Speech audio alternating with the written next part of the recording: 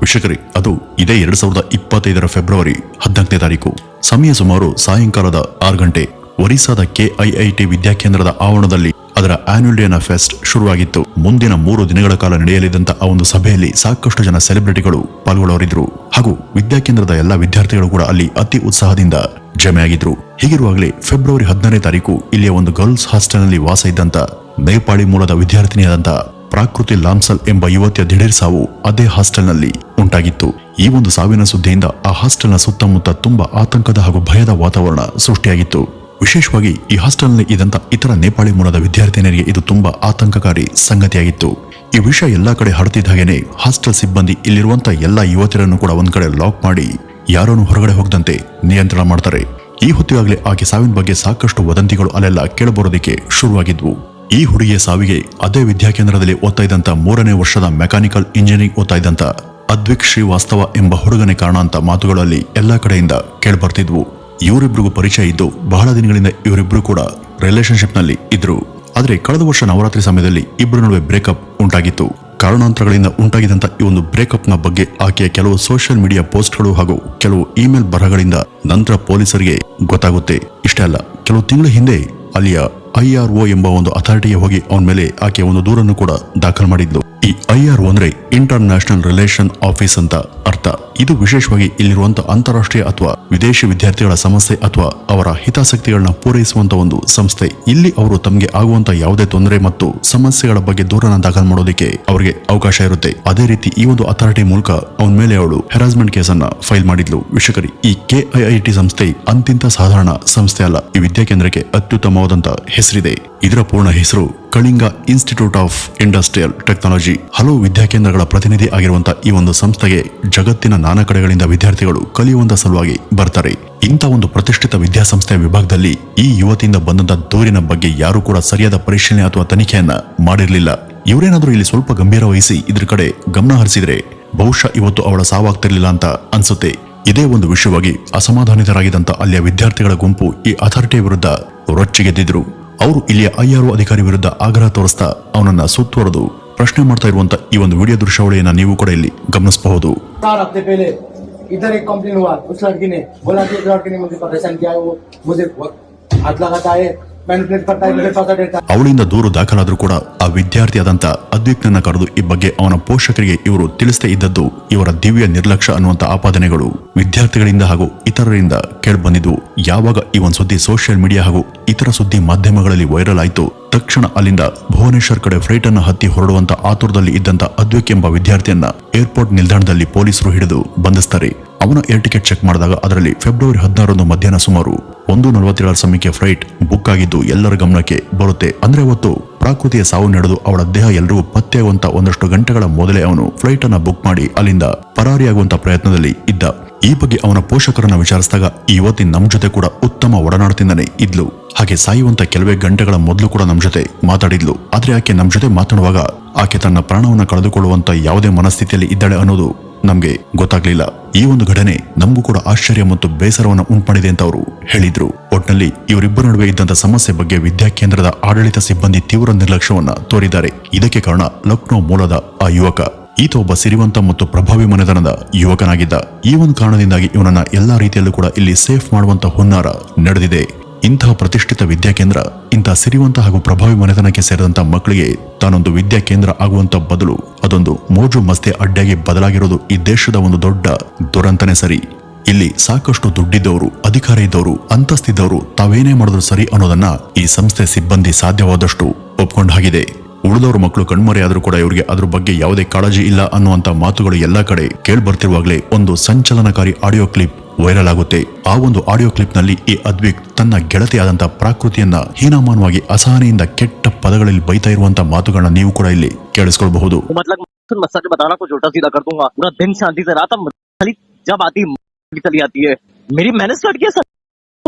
माफी मांग प्रकृति, मेरे मुंह मत लग। अजय कुछ माफ करते बोल से बड़ा मुंह चलता तेरे तरह. ಇಷ್ಟೆಲ್ಲ ಇದ್ರೂ ಕೂಡ ಈ ಕಾಲೇಜ್ ಅಥಾರಿಟಿ ಈ ಬಗ್ಗೆ ಗಮನ ಹರಿಸದೆ ಈ ಒಂದು ಸಮಸ್ಯೆಯನ್ನ ಇಷ್ಟೊಂದು ತಿರಸ್ಕಾರ ಮಾಡಿದ್ದು ದೊಡ್ಡ ತಪ್ಪು. ಇದರಿಂದಾಗಿ ಅಲ್ಲಿ ಒಂದು ಜೀವನಿ ಹಾರು ಹೋಗಿದೆ. ಈ ಬಗ್ಗೆ ಅವಳ ಸ್ನೇಹಿತರು ಮತ್ತು ಹಿತೈಷಿಗಳು ತುಂಬಾ ಅಸಮಾಧಾನಿತರಾಗಿದ್ದಾರೆ. ಈ ವಿದ್ಯಾಕೇಂದ್ರದ ಏಕಮುಖ ನೀತಿಯ ಬಗ್ಗೆ ಜನರೆಲ್ಲ ವಿರೋಧವನ್ನ ತೋರಿಸಿದ್ದಾರೆ. ಯಾವಾಗ ಇದು ಗಂಭೀರ ಸ್ವರೂಪವನ್ನು ಪಡೆಯಿತು ಆಗ ತಕ್ಷಣ ಕಾಲೇಜಿನ ವೈಸ್ ಚಾನ್ಸಲರ್ ಒಬ್ರು ಒಂದು ಸಭೆಯನ್ನ ಕರೆದು ವಿದ್ಯಾರ್ಥಿಗಳನ್ನೆಲ್ಲ ಅಲ್ಲಿ ಕೂರಿಸಿ ಇದ್ರ ಬಗ್ಗೆ ಯಾರಿಗೆ ಏನ್ ಗೊತ್ತಿದೆ ಹಾಗೂ ನಿಮ್ಗೆ ಗೊತ್ತಿರುವಂತ ಅಥವಾ ನಿಮ್ ಬಳಿ ಇರುವಂತ ಸಾಕ್ಷಿ ಯಾವ ರೂಪದಲ್ಲಾದ್ರೂ ಪರವಾಗಿಲ್ಲ ಅದನ್ನ ತಕ್ಷಣ ನಮ್ಗೆ ಹಾಗೂ ಪೊಲೀಸ್ಗೆ ತಿಳಿಸಿ ಅಂತ ಎಲ್ಲಾ ವಿದ್ಯಾರ್ಥಿಗಳಿಗೂ ಮನವಿಯನ್ನ ಮಾಡ್ಕೊಳ್ತಾರೆ. ಅಷ್ಟೇ ಅಲ್ಲ, ಇಲ್ಲಿ ಕ್ರೈಮ್ ಸೀನ್ ಕೂಡ ಸಾಕಷ್ಟು ಹಾಳಾಗಿದೆ. ಅವಳ ದೇಹ ಸಿಕ್ಕಿದ ನಂತರ ತಕ್ಷಣ ಪೊಲೀಸ್ಗೆ ತಿಳಿಸದೆ ಅವರು ಬರುವಂತ ಮೊದಲೇ ಹಾಗೂ ದೂರು ದಾಖಲಾಗುವಂತ ಮುನ್ನವೇ ಅವಳ ದೇಹವನ್ನ ಹಾಸ್ಟೆಲ್ ಸಿಬ್ಬಂದಿ ಪಕ್ಕದಲ್ಲಿರುವಂತ ಕಿಮ್ಸ್ ಆಸ್ಪತ್ರೆಗೆ ಸಾಗಿಸಿದ್ದಾರೆ. ಆ ಒಂದು ಆಸ್ಪತ್ರೆ ಕೂಡ ಈ ವಿದ್ಯಾರ್ಥಿ ಕೇಂದ್ರದ ಒಂದು ಭಾಗನೇ ಆಗಿತ್ತು. ಈ ಸಾವು ನಡೆದಂತ ಎಷ್ಟೋ ಹೊತ್ತಿನವರೆಗೂ ಯಾರು ಕೂಡ ಈ ಬಗ್ಗೆ ಪೊಲೀಸರಿಗೆ ತಿಳಿಸುವಂತ ಕಾಳಜಿಯನ್ನ ತೋರಿಸಲಿಲ್ಲ. ಈ ಬಗ್ಗೆ ಪೊಲೀಸರಿಗೆ ಮಾಹಿತಿಯನ್ನ ಕೊಡದಿರೋ ಹಾಗೆ ಅಲ್ಲಿರುವಂತಹ ಹಾಸ್ಟೆಲ್ ವಿದ್ಯಾರ್ಥಿಗಳನ್ನು ಕೂಡ ನಿಯಂತ್ರಣ ಮಾಡಲಾಗಿದೆ. ಇಷ್ಟೇ ಅಲ್ಲ, ಇದಕ್ಕೂ ಮೀರಿ ಅಲ್ಲಿ ಯಾವುದಾದ್ರೂ ಮಹತ್ತರವಾದಂತಹ ಸಾಕ್ಷಿ ಅಥವಾ ಸುಳಿವು ಸಿಗಬಹುದು ಅನ್ನುವಂತ ಭಯದಿಂದ ಆ ಒಂದು ಸ್ಥಳದಲ್ಲಿ ಇದ್ದಂತ ಅವಳ ಮೊಬೈಲ್, ಲ್ಯಾಪ್ಟಾಪ್ ಹಾಗೂ ಇತರ ಎಲೆಕ್ಟ್ರಾನಿಕ್ ಡಿವೈಸ್ಗಳನ್ನು ಕೂಡ ಅಲ್ಲಿಂದ ಬೇರೆ ಕಡೆಗೆ ಸ್ಥಳಾಂತರ ಮಾಡಲಾಗಿದೆ. ಈ ಬಗ್ಗೆ ವಿದ್ಯಾರ್ಥಿಗಳು ಇದು ಕೇಸನ್ನ ದಿಕ್ಕು ತಪ್ಪಿಸುವಂತ ಸ್ಪಷ್ಟ ಹುನ್ನಾರ ಅಂತ ಆಡಳಿತ ಸಿಬ್ಬಂದಿಯ ವಿರುದ್ಧ ಆಗ್ರಹವನ್ನ ವ್ಯಕ್ತಪಡಿಸಿದ್ದಾರೆ. ಇದು ಪೊಲೀಸರ ಗಮನಕ್ಕೂ ಬಂದಾಗ ಅವರು ಇದಕ್ಕೆ ಕೊಟ್ಟಂತ ಪ್ರತಿಕ್ರಿಯೆ ಯಾರಿಗೂ ಅಷ್ಟು ಸಮಾಧಾನವನ್ನ ತಂದ್ಕೊಡ್ಲಿಲ್ಲ. हमारा साइंटिफिक टीम आएगा, साइंटिफिक टीम फोटोग्राफर्स उसके सामने हमारा रूम को आप देख सकते हैं, अभी रूम नहीं खोल सकते हैं. ಪೊಲೀಸರು ಮೊದಲಿಗೆ ಅಲ್ಲಿ ಯಾವುದೇ ವಿದ್ಯುತ್ ಚಾಲಿತ ಉಪಕರಣಗಳು ಇರಲೇ ಇಲ್ಲ ಅನ್ನುವಂತೆ ಮಾತನಾಡಿದ್ದಾರೆ ಹಾಗೂ ಅದನ್ನ ಖಚಿತಪಡಿಸುವಂತ ಸಲುವಾಗಿ ತಮ್ಮ ವೈಜ್ಞಾನಿಕ ತಂಡ ಹಾಗೂ ಲ್ಯಾಬ್ನಿಂದ ಒಂದಷ್ಟು ಸಿಬ್ಬಂದಿ ಬಂದು ಪರಿಶೀಲನೆ ಮಾಡಿದ್ದಾರೆ ಅನ್ನುವಂತ ತಿಪ್ಪೆ ಸಾರುವಂತ ಮಾತನ್ನು ಕೂಡ ವಿದ್ಯಾರ್ಥಿಗಳಿಗೆ ತಿಳಿಸಿದ್ದಾರೆ. ನಂತರ ಇಲ್ಲಿ ವಿದ್ಯಾರ್ಥಿ ಹಾಗೂ ಪೊಲೀಸರ ನಡುವಿನ ಮಾತುಕತೆ ತೀವ್ರ ಜಟಾಪಟಿಯ ಸ್ವರೂಪ ಪಡೆದು ಅಲ್ಲಿ ವಾದ ವಿವಾದ ವಾಗ್ವಾದಗಳೇ ನಡೆದು ಹೋಗಿದ್ವು. ಇಲ್ಲಿ ಪೊಲೀಸರು ಕೂಡ ಇದರಲ್ಲಿ ಶಾಮೀಲಾಗಿದ್ದಾರೆ. ಇಲ್ಲಿ ಹಣದ ಹಾಗೂ ಅಂತಸ್ತಿನ ಪ್ರಭಾವ ದಟ್ಟವಾಗಿದೆ. ಇವರೆಲ್ಲ ಅದರ ಪ್ರಭಾವಕ್ಕೆ ಸಿಲುಕಿ ಈ ಕೇಸಿನ ಗತಿಯನ್ನ ಉಲ್ಟಾಸಿದ ಮಾಡುವಂತ ಪ್ರಯತ್ನವನ್ನ ನಡೆಸುತ್ತಿದ್ದಾರೆ ಅನ್ನುವಂತ ಮಾತು ವಿದ್ಯಾರ್ಥಿಗಳ ವಲಯದಿಂದ ಕೇಳ್ಬಂತು. ಅವರೆಲ್ಲರೂ ಕೂಡ ಒಟ್ಟಿಗೆ ನಿಂತು ಪೊಲೀಸರ ಕಡೆಗೆ ತಿರುಗಿ ಇಲ್ಲಿ ನೀವು ನಮಗೆ ಸಹಾಯ ಮಾಡುವಂತ ಯಾವುದೇ ಅಗತ್ಯ ಇಲ್ಲ, ನಿಮ್ಮಿಂದ ನಮ್ಗೆ ನ್ಯಾಯ ಸಿಗುತ್ತೆ ಅನ್ನುವಂತ ನಂಬಿಕೆ ಕೂಡ ನಮ್ಗೆ ಇಲ್ಲ. ಈ ಒಂದು ತನಿಖೆಯನ್ನ ನಮ್ಗೆನೆ ವಹಿಸ್ಕೊಡಿ. ನೀವು ಬಲವಂತದಿಂದ ಅಡಗಿಸಿರುವಂತ ಆಕೆಯ ಮೊಬೈಲ್, ಲ್ಯಾಪ್ಟಾಪ್ ಇವುಗಳನ್ನ ನಮ್ಗೆ ಕೊಟ್ಟರೆ ಸಾಕು. ಸತ್ಯ ಏನು ಅನ್ನೋದನ್ನ ನಿಮ್ಗಿಂತ ಮೊದಲು ನಾವೇ ಸಾಬೀತು ಮಾಡ್ತೀವಿ ಅಂತ ಅಲ್ಲಿರುವಂತ ವಿದ್ಯಾರ್ಥಿಗಳ ಸಮೂಹ ಪೊಲೀಸರ ಕಡೆಗೆ ಕೂಕೊಂಡಿದೆ. ಈ ಪೊಲೀಸರು ಸುಳ್ಳು ಹೇಳ್ತಿದ್ದಾರೆ. ಇವರು ತಮ್ಮ ಹೇಳಿಕೆಗಳನ್ನ ಕ್ಷಣ ಕ್ಷಣಕ್ಕೂ ಬದಲಾಯಿಸ್ತಿದ್ದಾರೆ. ಇವರಿಂದ ಈ ಸಾವಿಗೆ ನ್ಯಾಯ ಸಿಗುವಂತ ಯಾವುದೇ ಲಕ್ಷಣ ಗೋಚರಿಸ್ತಾ ಇಲ್ಲ. ಇಲ್ಲಿ ಬಹುದೊಡ್ಡ ಅನ್ಯಾಯ ನಡೀತಾ ಇದೆ. ಕಾನೂನು ಕೂಡ ಈ ಒಂದು ಅನ್ಯಾಯಕ್ಕೆ ಸಪೋರ್ಟ್ ಮಾಡ್ತಿದೆ ಅನ್ನುವಂತ ವಿದ್ಯಾರ್ಥಿಗಳ ಕೂಗು ಹೊಸ ಬಗೆಯ ಆಂದೋಲನವನ್ನೇ ಎಬ್ಬಿಸಿದೆ. ವಿಶೇಷವಾಗಿ ಇಲ್ಲೆಲ್ಲ ದಂಗೆ ಎದ್ದದ್ದು ನೇಪಾಳಿ ಮೂಲದ ವಿದ್ಯಾರ್ಥಿಗಳು. ಈ ಒಂದು ಆಗ್ರಹ ಯಾವ ಸ್ವರೂಪವನ್ನು ಪಡೆಯಿತು ಅಂದ್ರೆ ಈ ವಿದ್ಯಾ ಕೇಂದ್ರದ ಫೌಂಡರ್ ವಿರುದ್ಧನೇ ಅವರೆಲ್ಲ ಹರಿಹಾಯ್ದ್ರು. ಇವರೆಲ್ಲ ಕಾಲೇಜ್ ಸಂಸ್ಥಾಪಕರ ಮೇಲೇನೆ ಹಲ್ಲೆ ಮಾಡೋದಕ್ಕೆ ಮುಂದಾದ್ರು ಅನ್ನುವಂತ ಸುಳ್ಳು ಸುದ್ದಿಗಳು ವೈರಲ್ ಆದ್ವು. ಈ ಫೇಕ್ ವೈರಲ್ ಸುದ್ದಿಗಳ ಪ್ರಭಾವದಿಂದ ಕಾಲೇಜಿನ ಸೆಕ್ಯೂರಿಟಿ ಗಾರ್ಡ್ಗಳೆಲ್ಲ ಅಲ್ಲಿ ಗುಂಪು ಗುಂಪಾಗಿ ಪ್ರತಿಭಟನೆ ಮಾಡ್ತಿದ್ದಂತ ಎಲ್ಲ ನೇಪಾಳಿ ಮೂಲದ ವಿದ್ಯಾರ್ಥಿಗಳ ಮೇಲೆ ಏಕಾಏಕಿ ದಾಳಿ ಮಾಡೋದಕ್ಕೆ ಮುಂದಾಗ್ತಾರೆ. ಇದು ಒಂದ್ ಕಡೆ ಆದ್ರೆ ಇತ್ತ ಗರ್ಲ್ಸ್ ಹಾಸ್ಟೆಲ್ನಲ್ಲೂ ಕೂಡ ಅಲ್ಲಿಯ ಮಹಿಳಾ ವಾರ್ಡನ್ಗಳಿಂದ ಎಲ್ಲ ನೇಪಾಳಿ ಮೂಲದ ಯುವತಿಯರಿಗೆ ಧಮಕಿಯನ್ನು ಹಾಕಿ ಈ ಬಗ್ಗೆ ಏನು ಕೂಡ ಮಾತನಾಡದ ಹಾಗೆ ತಡಿತಿರುವಂತ ವಿಡಿಯೋದ ದೃಶ್ಯಾವಳಿಗಳು ಕೂಡ ವೈರಲ್ ಆದವು. ವೀಕ್ಷಕರೇ, ಇಷ್ಟೇ ಅಲ್ಲ, ಇಲ್ಲಿ ಸ್ಥಿತಿ ಇನ್ನೂ ಕೂಡ ಬಿಗಡಾಯಿಸುವಂತ ಪರಿಸ್ಥಿತಿಗೆ ಹೋಗುತ್ತೆ. ನೇಪಾಳಿ ವಿದ್ಯಾರ್ಥಿಗಳಿಗೆ ನಿಮ್ಮನ್ನೆಲ್ಲ ಇಲ್ಲಿಗೆ ತಂದು ನಾವೇ ಸಾಕ್ತಾ ಇದ್ದೀವಿ. ನಿಮ್ಗೆ ನಿಮ್ ದೇಶದಲ್ಲಿ ಯಾವುದೇ ನೆಲೆ ಅಥವಾ ಆಶ್ರಯ ಇಲ್ಲ. ನೀವೆಲ್ಲ ನಿರಾಶ್ರಿತರ ಹಾಗೆ ನಮ್ಮ ದೇಶಕ್ಕೆ ಕಲಿಯುವಂತ ಸಲುವಾಗಿ ಬಂದಂತವರು. ನಿಮ್ಮ ಮಿತಿಯಲ್ಲಿ ನೀವಿದ್ರೆ ಕ್ಷೇಮ, ಇಲ್ಲಾಂದ್ರೆ ಗಂಟು ಮುಟೆನ ಕಟ್ಕೊಂಡು ನಿಮ್ಮ ದೇಶಗಳಿಗೆ ಹೊರಟು ಹೋಗಿ ಅನ್ನುವಂತ ಮಾತುಗಳು ಕೂಡ ಕೇಳಬಂದ್ವು. ಈ ರೀತಿ ಹೇಳಿದವರು ಆ ವಿದ್ಯಾ ಕೇಂದ್ರದ ಸಹಾಯಕ ಪ್ರಾಧ್ಯಾಪಕಿಯಾದಂತ ಮಂಜುಳಾ ಪಾಂಡೆ ಹಾಗೂ ಆ ಕಾಲೇಜಿನ ಜಾಯಿಂಟ್ ಡೈರೆಕ್ಟರ್ ಆದಂತ ಜಯಂತಿ ಎಂಬ ಸಿಬ್ಬಂದಿ. ಈ ವಿದ್ಯಾ ಕೇಂದ್ರದ ಸಂಸ್ಥಾಪಕರು ಕಳೆದ 30-40 ವರ್ಷಗಳಿಂದ ಸುಮಾರು 40,000-50,000 ಸಾವಿರ ಮಕ್ಕಳಿಗೆ ಉಚಿತವಾಗಿ ವಿದ್ಯಾದಾನ ಹಾಗೂ ಅನ್ನದಾನ ಮಾಡಿ ಅವರಿಗೆಲ್ಲ ಆಶ್ರಯ ಕೊಡ್ತಾ ಬಂದಿದ್ದಾರೆ. ಇಷ್ಟೊಂದು ಪ್ರತಿಷ್ಠೆ ಮತ್ತು ಹೆಸರು ಇರುವಂತ ಈ ಸಂಸ್ಥೆಗೆ ಹಾಗೂ ಸಂಸ್ಥಾಪಕರಿಗೆ ಇದರ ಸಿಬ್ಬಂದಿಗಳು ತಂದುಕೊಟ್ಟಂತ ಕೀರ್ತಿ ಹಾಗೂ ಮರ್ಯಾದೆ ಇದು. ಈ ಗಲಾಟೆ ಇಲ್ಲಿ ಇದೇ ಫೆಬ್ರವರಿ 17ನೇ ತಾರೀಕು ನಡೆದದ್ದು. ಕಾಲೇಜ್ ಆವರಣದಲ್ಲಿ ಈ ರೀತಿಯ ದಂಗೆಯ ಪರಿಸ್ಥಿತಿ ಉಂಟಾಗಿದ್ರೆ ಇನ್ನೊಂದು ಕಡೆ ಇದೇ ಕಾಲೇಜಿನ ಸೋಷಿಯಲ್ ಮೀಡಿಯಾದ ಪೇಜ್ನಲ್ಲಿ ಅದರ ಕಾಲೇಜ್ ಫೆಸ್ಟ್ಗೆ ಸಂಬಂಧಪಟ್ಟಂತ ಝಲಕ್ಗಳು, ಪೋಸ್ಟ್ಗಳು ಪ್ರಕಟ ಆಗ್ತಿದ್ವು. 17ನೇ ತಾರೀಕಿನಂದು ಕಾಲೇಜಿನ ಮುಖ್ಯಸ್ಥರಿಂದ ಅದರ ಎಲ್ಲಾ ನೇಪಾಳಿ ಮೂಲದ ವಿದ್ಯಾರ್ಥಿಗಳು ಈ ಕೂಡಲೇ ಕಾಲೇಜನ್ನು ಬಿಟ್ಟು ಹೋಗಬೇಕು ಎಂಬ ನೋಟಿಸ್ ಜಾರಿಯಾಗುತ್ತೆ. ಇಷ್ಟೆಲ್ಲ ಹಾಸ್ಟೆಲ್ಗೆ ನುಗ್ದಂತ ಕಾಲೇಜಿನ ವಾರ್ಡನ್ ಹಾಗೂ ಇತರ ಗುಂಡಾಗಳು ಬಲವಂತದಿಂದ ಅಲ್ಲಿದ್ದಂತ ನೇಪಾಳಿ ವಿದ್ಯಾರ್ಥಿಗಳನ್ನ ರೂಮ್ಗಳಿಂದ ಎಳೆದು ಹೊರಗಡೆ ತರುತ್ತಿರುವಂತಹ ವಿಡಿಯೋಗಳು ಕೂಡ ವೈರಲ್ ಆಗಿವೆ. ಇವ್ರ ಬಳಿ ಆ ಹಾಸ್ಟೆಲ್ನಲ್ಲಿ ಯಾವ ಯಾವ ರೂಮ್ಗಳಲ್ಲಿ ನೇಪಾಳಿ ವಿದ್ಯಾರ್ಥಿಗಳು ಇದ್ದಾರೆ ಅನ್ನುವಂತ ಲಿಸ್ಟ್ ಕೂಡ ಇತ್ತು. ಅವರನ್ನೆಲ್ಲ ಅಲ್ಲಿಂದ ಜಾಗವನ್ನ ಖಾಲಿ ಮಾಡಿಸುವಂತೆ ಕಾಲೇಜ್ ಸಿಬ್ಬಂದಿಯ ಜೊತೆ ಪ್ರಾಧ್ಯಾಪಕರು ಸೇರಿ ಒಂದಷ್ಟು ಜನ ಹೊರಗಿನ ಗುಂಡಗಳನ್ನು ಕೂಡ ಹಣ ಕೊಟ್ಟು ಕರೆಸಿ, ಜೊತೆಗೆ ಆ ಕಾಲೇಜಿನ ಜಿಮ್ ತರಬೇತಿದಾರನು ಕೂಡ ಇದರಲ್ಲಿ ಶಾಮೀಲಾಗಿ ಮುಗ್ಧ ವಿದ್ಯಾರ್ಥಿಗಳ ಮೇಲೆ ದೈಹಿಕ ಹಲ್ಲೆ ನಡೆಸಿ ಎಲ್ಲರನ್ನೂ ಕೂಡ ಹೊರ ಹಾಕ್ತಿರುವಂತಹ ವಿಡಿಯೋಗಳು ಕೂಡ ಹರಿದಾಡಿದ್ವು. ಈ ಅನ್ಯಾಯವನ್ನ ತಮ್ಮ ಮೊಬೈಲ್ಗಳಲ್ಲಿ ವಿಡಿಯೋ ಶೂಟ್ ಮಾಡ್ತಾ ಇದ್ದಂತ ವಿದ್ಯಾರ್ಥಿಗಳ ಮೇಲೂ ಕೂಡ ಇಲ್ಲಿಯ ವಾರ್ಡನ್ ಹಾಗೂ ಇತರರು ದಾಳಿಯನ್ನ ಮಾಡಿ ಅವುಗಳನ್ನ ಬಲವಂತದಿಂದ ಕಿತ್ಕೊಂಡು ಬಿಸಾಕ್ತಂತ ಪ್ರಕರಣಗಳು ಕೂಡ ಇಲ್ಲಿ ನಡೆದಿವೆ.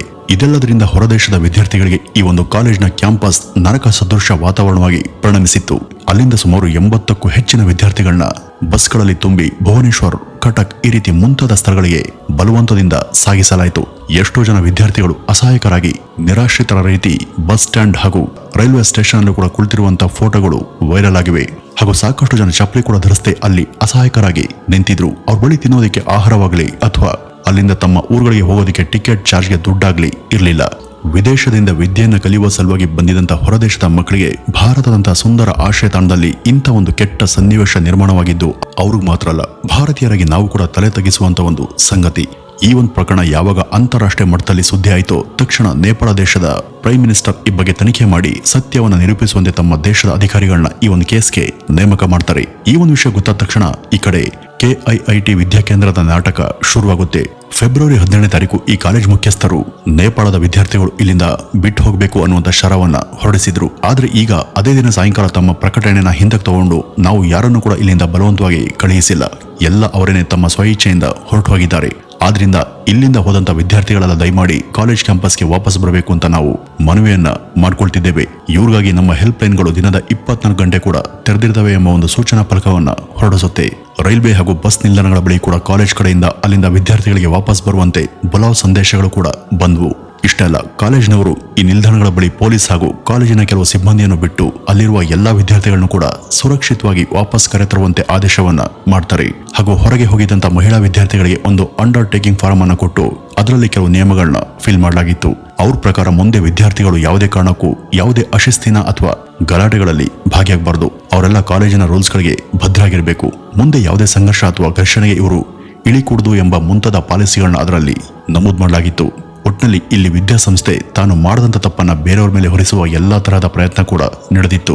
ಅದು ತನ್ನ ತಪ್ಪನ್ನ ಮರೆಮಾಚಿ ಇಲ್ಲಿ ತಪ್ಪು ಮಾಡಿದವರು ವಿದ್ಯಾರ್ಥಿಗಳು ಹಾಗೂ ಈಗ ಅವರೇ ಈ ಫಾರ್ಮ್ನ ಮೂಲಕ ನಾವು ಇನ್ಮೇಲೆ ಈ ರೀತಿ ಎಲ್ಲ ಮಾಡೋದಿಲ್ಲ ಎನ್ನುವಂತೆ ಸ್ವತಃ ಮನವಿಯನ್ನ ಮಾಡ್ಕೊಳ್ತಿದ್ದಾರೆ ಅನ್ನುವಂಥ ಸೀನನ್ನ ಕ್ರಿಯೇಟ್ ಮಾಡಿದ್ರು. ಹಾಗೂ ಈ ಒಂದು ಗಲಭೆಯಲ್ಲಿ ಭಾಗಿಯಾದಂತ ತಮ್ಮ ವಿದ್ಯಾಸಂಸ್ಥೆಯ ವಾರ್ಡನ್ಗಳು ಹಾಗೂ IROದ ಮುಖ್ಯಸ್ಥರು ಮತ್ತು ಕೆಲವು ಜನ ಅಧ್ಯಾಪಕರನ್ನು ಕೂಡ ತಾವು ಟರ್ಮಿನೇಟ್ ಮಾಡಿರೋದಾಗಿ ಮತ್ತು ಇವರನ್ನೆಲ್ಲ ಪೊಲೀಸ್ಗೆ ವಹಿಸಿಕೊಟ್ಟಿರೋದಾಗಿ 18ನೇ ತಾರೀಕಿನಂದು ಇದೇ ಕಾಲೇಜಿನವರು ಒಂದು ಸೂಚನಾ ಪ್ರಕಟಣೆಯ ನಾಟಕವನ್ನ ಬಿಂಬಿಸ್ತಾರೆ. ಹಾಗೂ ತೋರಿಕೆಗಾಗಿ ಇವರೆಲ್ಲ ಪೊಲೀಸ್ ಸ್ಟೇಷನ್ನಲ್ಲಿ ನಿಲ್ಲಿಸಿ ಫೋಟೋನ ತೆಗೆಸ್ಕೊಂಡು ಅದೇ ದಿನ ಸಂಜೆ ಇವರಿಗೆಲ್ಲ ಬೇಲ್ ಸಿಗುವಂತೆ ಕೂಡ ಮಾಡಲಾಗುತ್ತೆ. ಹಾಗೂ ಅವತ್ತು ಮಹಿಳಾ ಹಾಸ್ಟೆಲ್ನಲ್ಲಿ ವಿದ್ಯಾರ್ಥಿಗಳ ಮೇಲೆ ನಿಂದನಾತ್ಮಕ ಶಬ್ದಗಳನ್ನ ಪ್ರಯೋಗ ಮಾಡಿದಂತ ಆ ಇಬ್ರು ಮಹಿಳಾ ಸಿಬ್ಬಂದಿಗಳನ್ನು ಕೂಡ ಕೂರಿಸಿ ಅವರಿಂದ ಒಂದು ಅಪಾಲಜಿ ವಿಡಿಯೋಗಳನ್ನು ಕೂಡ ಸೋಷಿಯಲ್ ಮೀಡಿಯಾ ಪೇಜ್ನಲ್ಲಿ ಪ್ರಕಟ ಮಾಡಲಾಗುತ್ತೆ.